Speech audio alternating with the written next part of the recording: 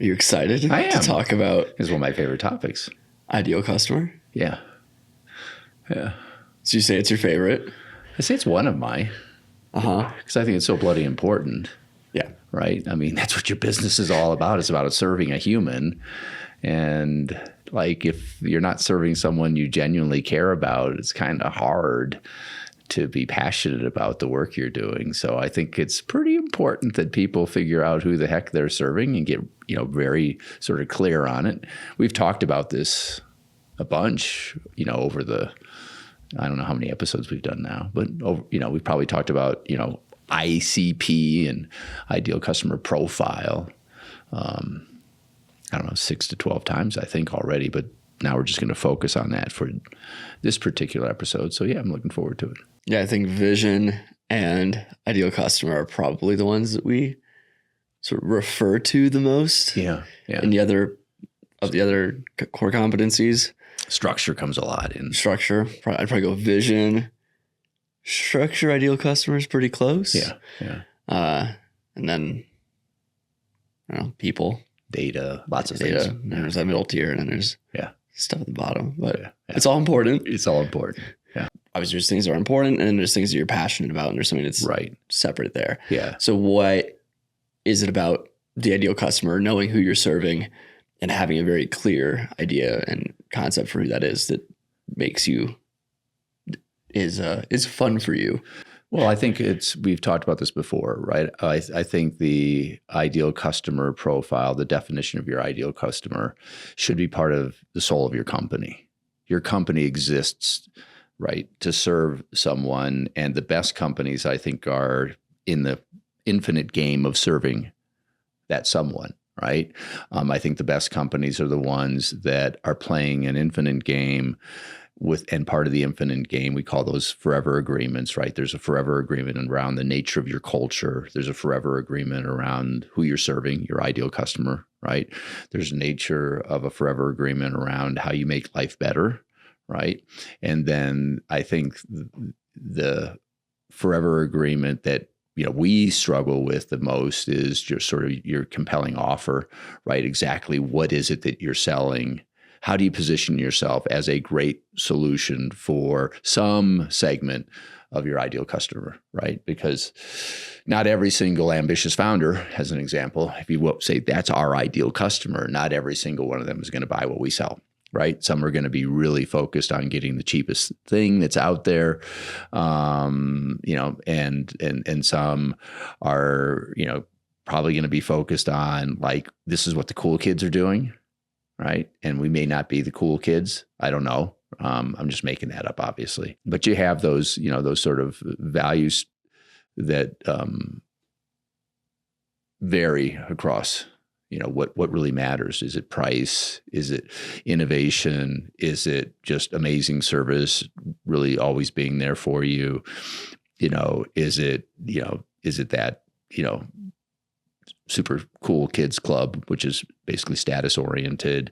What is it that, is really important to you when you're making a decision about buying this product or service versus that product or service? And so those things, those four things, I think, great companies are really super clear and they're focusing on those things forever. And the beauty of forever is it gives you the power of compounding, right? Because you're just getting better and better and better at doing those things as a company, as individuals, right? In the marketing organization, in your customer service organization, in your product, et cetera. Really just, forever agreements just take advantage of the compounding of useful information, which, I think Einstein referred to as one of the eighth wonders of the world. Yeah, the eighth wonder. Yeah. And it is something really important to be able to just focus on the thing and have full confidence that that's what you're doing. Yeah. When we talk about our forever agreements. Yeah. Right. Like when in doubt, you lean into that which is most concrete. And I work on that framework there. Yeah. Yeah. And as we've talked about before, and it's a little bit of a rabbit hole, which please keep me from going into. I believe when you look at really well-run companies, companies that have stood for decades and decades, and then all of a sudden they kind of, run off the side of the road into a ditch.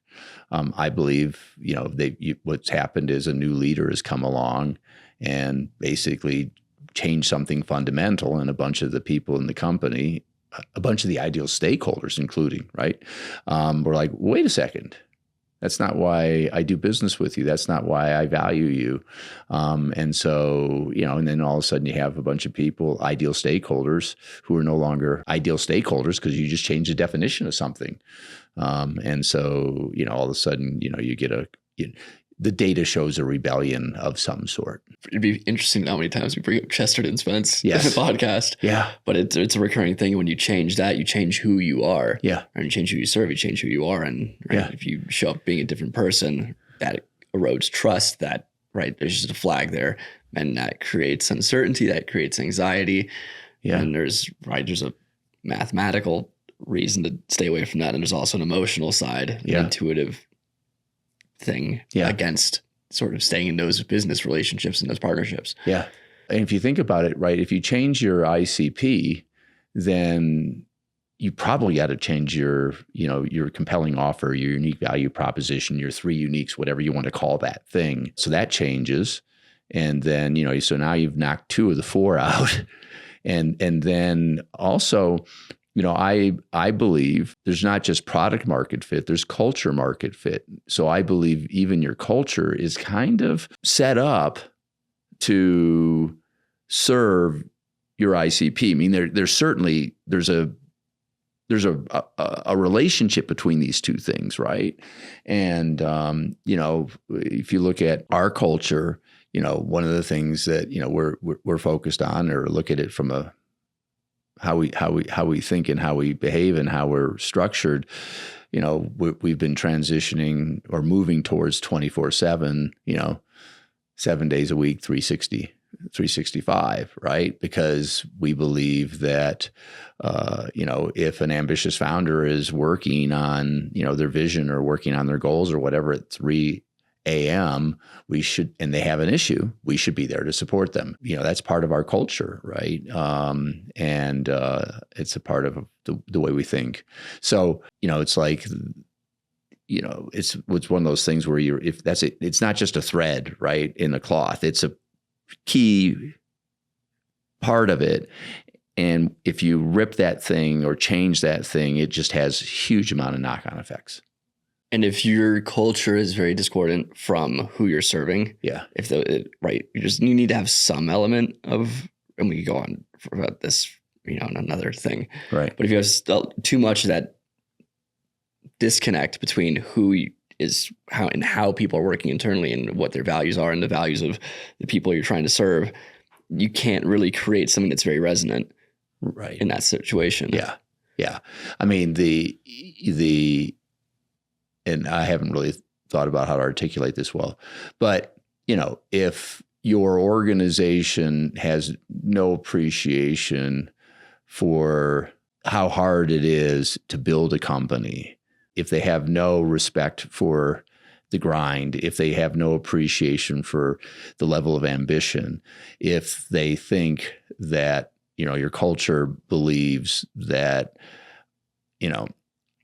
everything is easy, or there's no such thing as meritocracy, there's no such thing as higher levels of competing, if all this stuff is just not true or relevant, then you've got a tension between the nature of your customer and the nature of your culture. There's a lot of things that will happen there. Your product's not going to be great at the end of the day. Your service isn't going to be great. And then if you don't have people that are passionate about what they're doing because they disagree with the premise. Right. Yeah. Right. It goes both ways, right? Yeah. External's not going to be good, and then the inputs are going to be bad too. Yeah. And I think we see it almost, I'd say it's damn near every day, right? We see the feedback we get through our platform, how our customers genuinely appreciate how much we're there to help them. And like every single day, someone's like saying, thank you, really appreciate your team, really appreciate so-and-so. And if we didn't show them, if they didn't feel the respect, we wouldn't have the relationships we have with our customers. Yeah. And you see examples of businesses and brands that sort of go against who their ideal customer is, Yeah. right? Or they're trying to chase a trend or follow some maybe political motion. Yeah. You don't, obviously everybody tries not to sort of get into the politics that we've experienced over the last couple of years. But to state the obvious, right? If you're bad mouthing your ideal customer, like that's really a knucklehead move, right? I can get worked up about this. And it's just like, no, right? If you don't respect your customer, they're not going to respect you, so it's just going to be, we've seen it, right? It's just, and it falls into the political realm these days, unfortunately, because there's so much confusion out there about what matters and what's important and things that, you want to sort of avoid because you don't want to make anybody feel bad about themselves, but don't do that, right? No. That's all I can say. Yeah, and it's yeah, there's a lot we could go down on that one. Yeah. So I guess we'll go back to the main topic. On hand. Yeah. But so, I mean, it's important.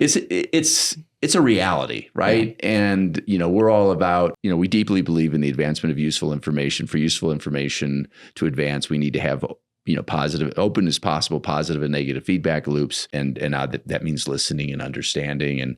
And when people just force themselves on others without taking into consideration sort of the nature of their work, it's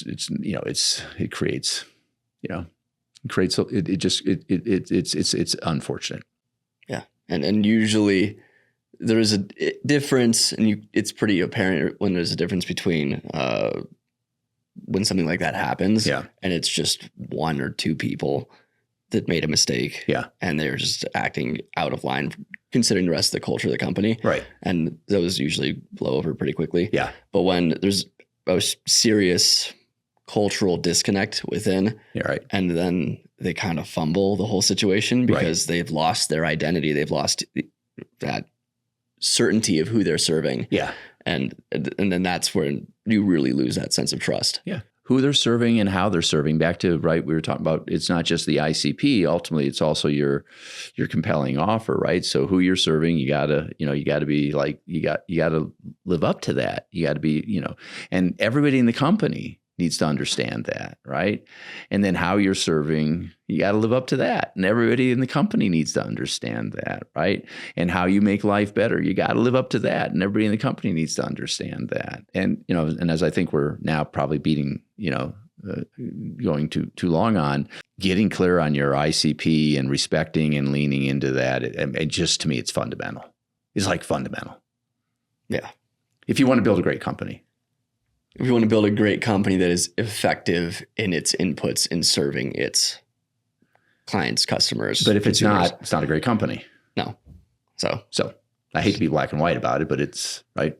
Well, you're not going to, you can only keep up that facade for so long. Yeah. Yeah. You can get lucky, right? I mean, and that's, and I think that's part of the tale here, right? And I think it's something I learned many, many years ago.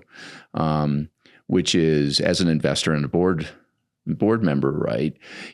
I've sat on the boards of companies that had a product whose moment in time was pretty darn good, right? And there's some silly products out there, right? Like the Beanie Babies, or I remember this one company that we invested in had bought a product that and it ended up representing like 20% of the revenues, but it was a fad. Right. And boom, right. Within 3 years, that fad had gone, and all of a sudden, 20% of the revenues just disappeared. And that they bought the company for the product, and they didn't buy the company thinking through the long-term implications of their ICP and how they best served. If your goal is to serve your ICP, right, doing the fad is not the best solution, but if your goal is to chase revenue and make money quickly, yes, right, those are different games, different strategies. Yeah.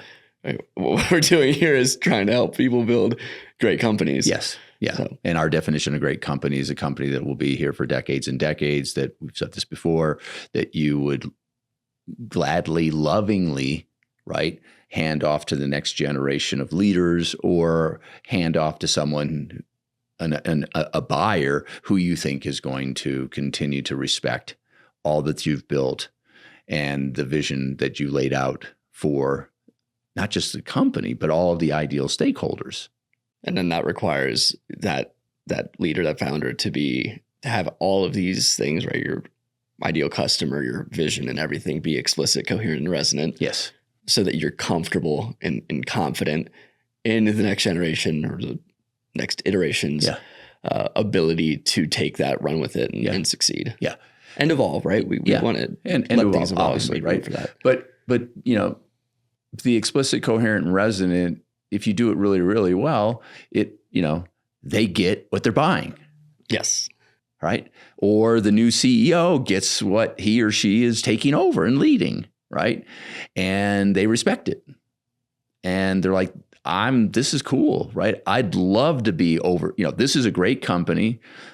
I have a deep sense for, sort of where the work, because their CEOs should be visionaries. Let's just put that out on the table, right? So a good CEO needs to have at least a 5 to 10 year perspective with regard to the business that they're either running or taking over, at least 5 to 10 years, right? And so it's like, I get how I can lead the next generation, and I get how I can move this company forward 5, 10, 15, 20 years, whatever it is. And I'm excited about it because, man, they've given me this amazing company that's so bloody, clear about who it is and, and where it's going and how it provides value. So it's essential in that situation to give or to put the next person on the best foot. Yeah. Going into the news, right? Going into the future, going into the unknown. Yeah. So you have to have all that certainty, all of that be explicit, and it be running well, right? You have to have a robust system, and this is a huge part of that. Yeah. So let's take it back to the beginning to how do we get there? Yeah. Right. What we say it's right. They're ideal when they embody a specific mix of geographic, demographic, psychographic characteristics. Yes. How do you go about really refining and figuring out who or what that person, what that individual looks like? My instincts are, and we should do the research on this, right? But I think the vast majority of really successful founders have identified a problem and an ICP, right? So they've identified a problem, and they've identified a problem that's commonly faced by an ICP. And they're excited about that, right? Addressing the problem, and they're excited about serving that ICP, right? So the founder has familiarity with that ICP. Maybe a lot of times, right? You'll see companies that were started by founders who were working at another company that ran into this problem with their customers. Their company didn't want to solve the problem, right? It's not core to what they're doing, but they're like, this is, we're facing this right now. I wish someone would help me with this issue. And all of a sudden you start going down this path where you're building it for yourself. And obviously, you have a decent understanding of who you are. Hopefully that's, I'm right. And you're like, and there's, hopefully thousands, if not millions of me and this need are going to be, the types of me, and this type of need is going to be here for decades and decades and decades. Because to me, those are the great companies are, once again, they're dealing with like an ICP that will be here for decades and decades and decades, and they're solving a problem, right? Or addressing an opportunity that will be here for decades and decades and decades. Does that make sense? And that's where you get those passionate entrepreneurs. And there's so many examples of, oh, I needed this thing, so I did it. Yeah. And then there you go. There you go. Yeah. And there's, right, if you have to ask the question, there's probably a bunch of other people that also have the same question. Right. And need the same answer. A founder, founders have to be ambitious because it's hard, right? We've talked about that a bunch of times. So you're like, you're a potential founder, and we have already said, you need to have a pretty damn high level of ambition. So we have this person who's identified a need, and they're ambitious and they're curious. That's another part of, part of the game. And so you're like, and because of that, maybe they've been involved in a group, right? A peer group or an industry group, or they know a bunch of other people that are in their industry. And it's like, hey, Joe, right? What do you think about this idea?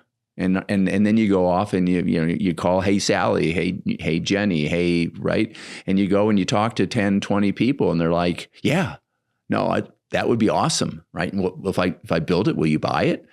What's it going to look like? What's it going to be priced at, right? What's the, how are you going to position it and sell it? And it's like, well, blah, blah, blah, blah, blah. And it's like, oh no, I'd definitely be up there. Would you want to invest, right? And so that's how this all, tends to fall into place. It's you have the idea, you go out and you socialize it, and then even better than that, you get people who are like, yeah, I'll either invest in it, or if you deliver on this, I will buy it. Combination of those things typically happens. Yeah, and then more, I should say. Over time, it evolves, right? And we got to figure out that window of specificity, right? Like, how broad is your target, right? And if you're going too broad, you got to narrow it in. And then at some point, you'll feel a little bit caged in, right? You're not serving as much as you could, right? What's your ceiling there? Yeah. And so we're working through this right now at 90. Yeah. But how would you say, or have you had any experience, especially in coaching, right, where people are really struggling to figure out what that window is? And how narrowed and how specific to be? Yeah, my experience is that almost everybody, right, statistically speaking, they go too broad. So it always starts too broad, and then it kind of overwhelms you because you got all these different voices and all these different. I'm just going to, I don't want to say archetypes because that's probably not the right word choice here, right? But you got all these different kind of different ICPs, for lack of a better word. Yeah, different personas, right? And they all have their little different needs and things like that. And now you're kind of just getting overwhelmed because you can't make them all happy. Right. And, so like with 90 from the very beginning, we've always focused on, the SMBs. Right. And it just, we knew enough not to try to even begin to go after enterprise, right? Because that's just such a different game, and it's a different selling process. It's a different buying decision. It's a much more demanding, complex world to be involved in. It's like, no. Right now, we could have, as an example, just said, hey, we're going to go after companies with, I'm just going to make this up, 10 to 50 employees, stage 4 professional services organizations, right? We could have just been that bloody focused, right? And then you even go even more focused than that, right? With an ambitious founder who has this sort of characteristics, and just like super served them, and then started to expand, right? And said, okay, now what's the next market that's most likely going to be buying what we're selling? And so you evolve from, you include not just professional service organizations, but maybe software companies, right? And then, or, you could do like what ServiceTitan did, is you're just going to focus on construction companies, right? Boom, right? We're going to focus on construction companies with this size. And then I haven't studied them, but I've been aware of them for years. We studied them all a few years ago. Not really. I didn't. I did. Yeah, I did. but they evolved, right? And so but I think a lot of people get too big in the beginning, and then they get really more and more and more focused, and then once you have all this working, it's like, okay, so now who's next? Now who's next? Now who's next, right? What are the adjacency opportunities? And sometimes the adjacency opportunities are expanding your ICP. Other times it's just by providing that very narrow ICP with a more, with a broader offering of products and or services. I mean, it seems my instinct with these sort of things is that there's a couple of ways to look at it. One is you want to have it as specific as possible or as specific as you can manage. Right. If it becomes unmanageable and diluted, right, then you need to focus on what you can control and what you actually can serve. Right. But you also, at the same time, if you are ambitious, right, you want to preserve your options in the future, right? You want to make sure that you can expand, and not just put you right in that hole, right? Where if you expand, people are like, "What are you doing?" Right? And then so that kind of comes back to, I guess you'd say, the start with why, Simon Sinek philosophy of, if you just bucket yourself like we're a computer company and you start making other things besides computers, people are like, "What are you doing?" But if you start with why, and like, this is who we are, this is why we're serving the people we serve, right? Then you can go and expand endlessly, right? As you grow, as you want to just serve that your customers. Yeah, I don't know about the word endlessly, but you have but you can continue to expand, right? Because ultimately, the question is, you get into a lot of questions about, okay, so are you just focusing on serving, a unique geography? Maybe you're just, you have an HVAC company and you want to be amazing in the metropolitan area of Chicago. I'm just making that up, obviously, right? But then you say, well, now maybe I want to go and get into a couple other, let's say it's Milwaukee and Fort Wayne, Indiana, Indianapolis, whatever, start to expand there, go to Detroit, et cetera, and then ultimately make your way, across the country. That's one way of playing the game, right? But ultimately, I think, you need to have a sense for, am I serving a market and potential markets that will enable me to continue to grow and grow and grow and have a reasonable enough growth rate to attract and retain my ideal stakeholders, right? To have a reasonable enough growth rate to be able to sort of have the wind at your back potentially in terms of fighting entropy, right? Because if the market's super, super narrow and super, super small, right, you're going to run out of opportunity, and then you're either going to sell it to someone else who's done the bigger thing, or you're going to go out of business because you can't attract and retain ideal stakeholders. Or if you get into more of a crisis situation and your narrow revenue stream dries up, you're not going to endure. Yeah. It's pretty important to get clear on the ICP, and then for you to be thinking the longer term. Obviously, that we talk about that all the time, right? So there's different stages, right? Okay, so now product market fit. Now. Let's just as we build the organization, let's be able to think out longer term in terms of our ICP, how we're going to attract and retain them, and obviously also at the same time build high trust relationships with a lot of ideal stakeholders, including our employees, who are going to want to make sure that we have opportunities for them to grow so that their dreams can be filled when we achieve our dreams. I feel like that's a great note to end on. Cool. All right. Thank you.